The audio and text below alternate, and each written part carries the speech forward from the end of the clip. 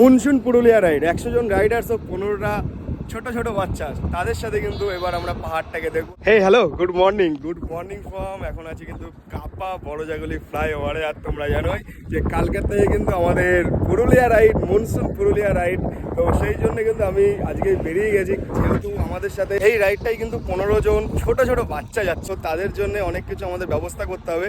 তো সেই কারণে কিন্তু আমি অলরেডি আজকে 9 তারিখ সকালবেলা কিন্তু আমি বেরিয়ে গেছি। আমরা এখন যাবো হচ্ছে ডানকুনি থেকে আমাদের অনেক কিছু ব্যবস্থা করতে হবে, অনেক টিফিনের ব্যবস্থা করতে হবে। যেহেতু ডানকুনি থেকে পুরুলিয়ার ডিস্টেন্স অনেকটাই, তো আমাদের সাথে যেহেতু বাচ্চারা যাবে, তো তাদের যাতে কোনো রকম অসুবিধা না হয় সেই কারণে কিন্তু ভবঘুরে বাঙালির আমরা কিন্তু আগের দিন বেরিয়ে যাচ্ছি, যাতে প্রপার প্ল্যানের সাথে সাথে কিন্তু আমাদের এই মনসুন পুরুলিয়া রাইডটা হয়। আর আগেই বলেছি এই রাইডটা কিন্তু আমাদের কাছে খুব স্পেশাল, তাই একটা ভিডিও মিস করো না।